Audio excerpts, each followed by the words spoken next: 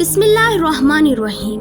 موجودہ صورتحال سے صرف آپ اور میں نہیں بلکہ ساری دنیا بخوبی واقف ہے۔ آخر کون ہے یہ اسرائیل؟ کہاں سے آئی ان کی نسل؟ حضرت یعقوب علیہ السلام کا لقب اسرائیل مرد خدا تھا۔ آپ کی اولاد سے جو نسل آگے بڑھی اسے بنی اسرائیل کہتے ہیں۔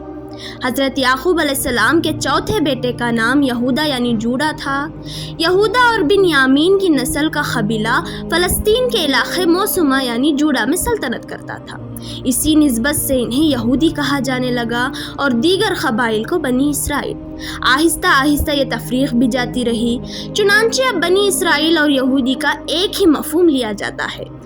حضرت یعقوب علیہ السلام کا وطن کنعان یعنی فلسطین تھا، لیکن حضرت یوسف علیہ السلام نے اپنے والد اور دیگر قبائل کو مصر بلا لیا تھا۔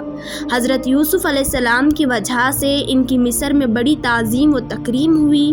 400 برس تک یہ مصر میں ہی رہے، یہیں بڑے پھولے پھلے۔ جو قبیلہ چند نفوس پر مشتمل تھا، اسی عرصے میں عظیم الشان قوم بن گیا۔ فرعون نے مصران کی بڑھتی ہوئی قوت و کثرت سے خائف ہو کر حکم بجا لایا کہ بنی اسرائیل میں جو لڑکا پیدا ہو اسے مار دیا جائے اور جو لڑکی پیدا ہو اسے رکھ لیا جائے۔